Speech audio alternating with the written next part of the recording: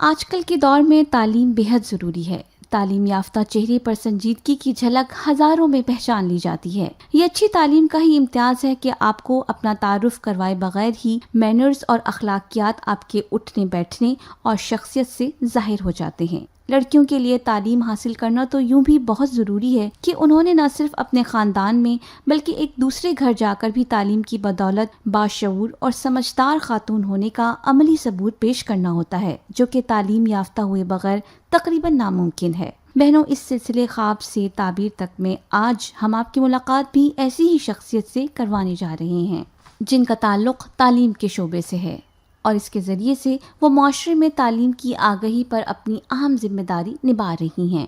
آپ ہیں محترمہ فوزیہ حمید صاحبہ، جو کہ گورنمنٹ آف پنجاب کے لٹریسی ڈپارٹمنٹ میں بحیثیت ڈسٹرکٹ آفیسر اپنی خدمات سر انجام دے رہی ہیں۔ آئیے سنتے ہیں خصوصی انٹرویو۔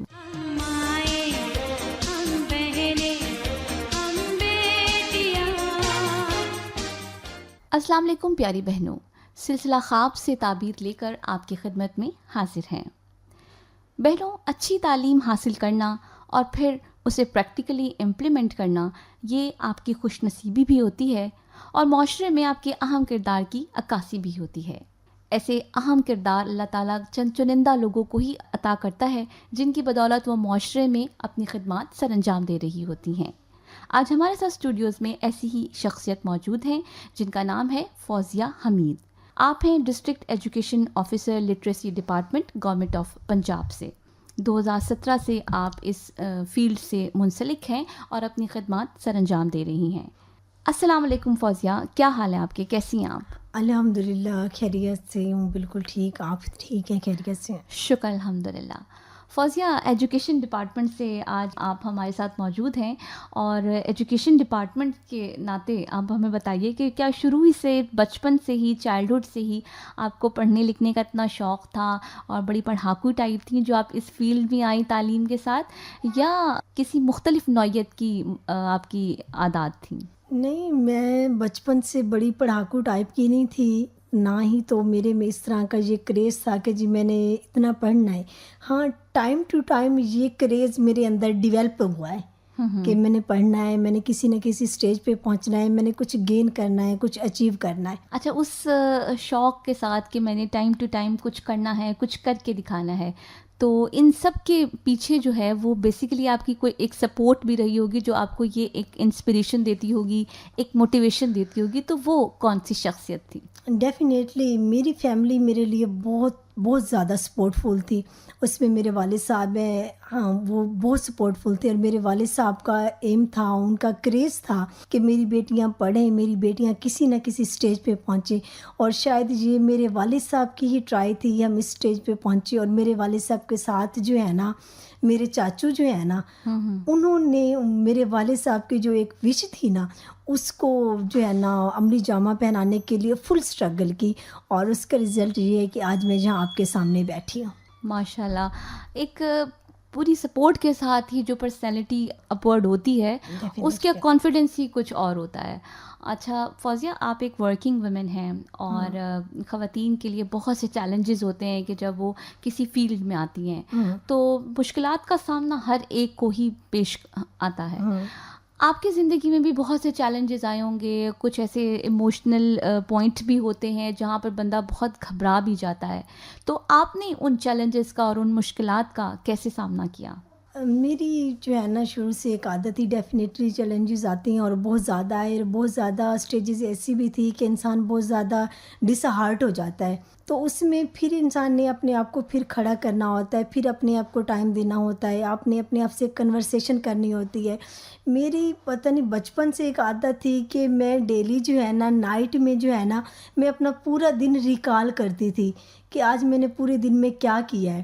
انکانشیس یہ میری ڈیلی کی ایکٹیویٹی تھی، اور اس میں اپنی ساری ہیبٹس، ساری ایکٹیویٹیز میں نے ریکال کرنی کہ آج میرے سے کیا ایکٹ غلط ہوا ہے اور کیا ایکٹ ٹھیک ہوا ہے، اور پھر صبح جو ہے نا میں نئے سرے سے چیزوں کو ترتیب دیتی تھی۔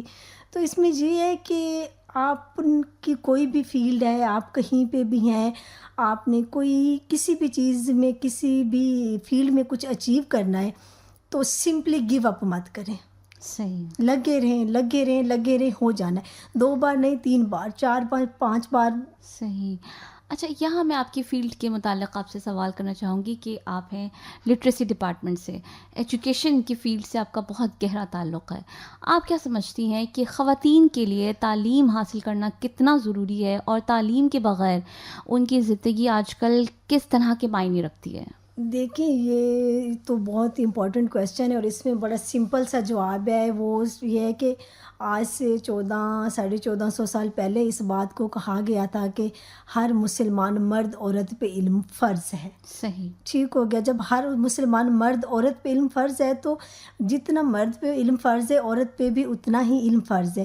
دوسری چیز ایک بڑی مشہور سی بات ہے جی، ایک جو ہے نا پڑھا لکھا مرد ایک گھر کے نظام کو چلاتا ہے، جبکہ ایک پڑھی لکھی عورت جو ہے نا نسلوں کو سنوار دیتی ہے. صحیح. تو جب آپ نے اپنی نسل کو سنوارنا ہے تو الٹیمیٹ آپ نے اپنی بیٹی کو، اپنی بہو کو، اپنے گھر کی فیمیل کو تعلیم دلوانی ہی دلوانی ہے. بالکل. اور میں سمجھتی ہوں کہ اس کے بغیر جو ہے وہ خواتین آج کل بالکل بے معنی سی حیثیت رکھتی ہیں، جب تک کہ تعلیم جیسا شعور ان کے پاس نہیں ہوگا.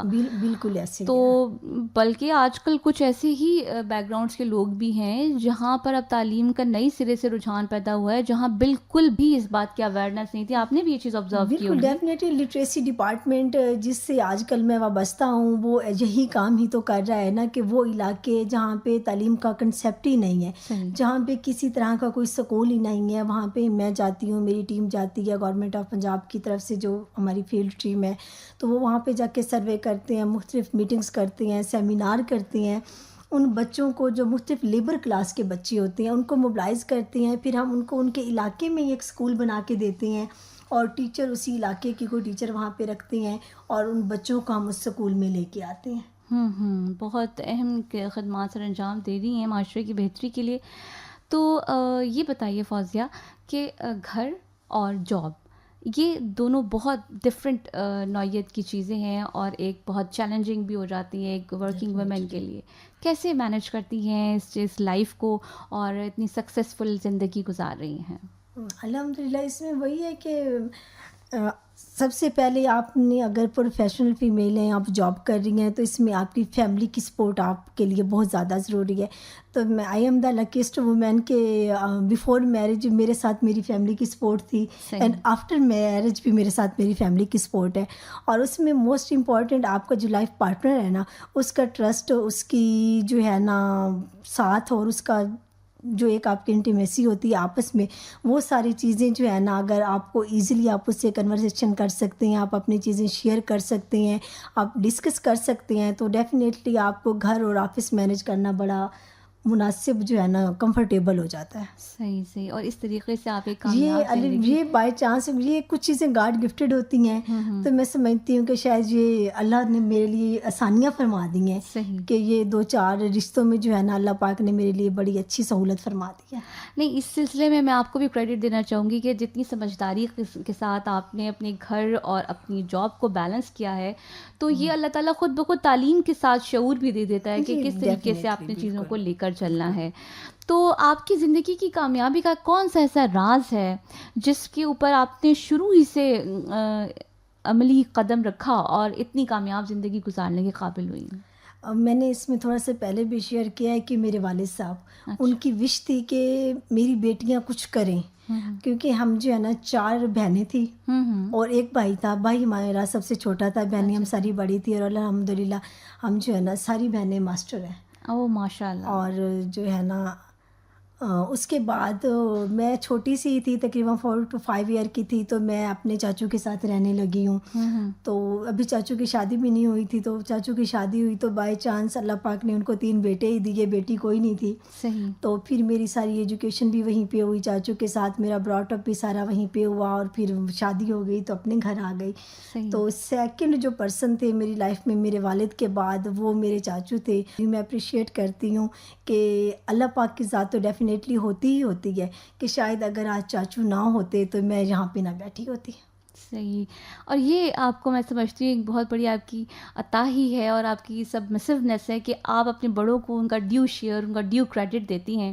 کیونکہ جو لوگ اپنے محسنوں کو یاد رکھتے ہیں نا، وہ زندگی میں کبھی ناکام ہوتے میں نے ان کو نہیں دیکھا. اس میں ایک اور چیز شیئر کرنا چاہ رہی ہوں. یہ میرے دل میں وش ہے اور اکثر میں سوچتی ہوں، مطلب کہ سم ٹائم میں سوچتی رہتی ہوں کہ مجھے کہیں موقع ملا تو میں ضرور شیئر کروں گی، اپریشیٹ کروں گی.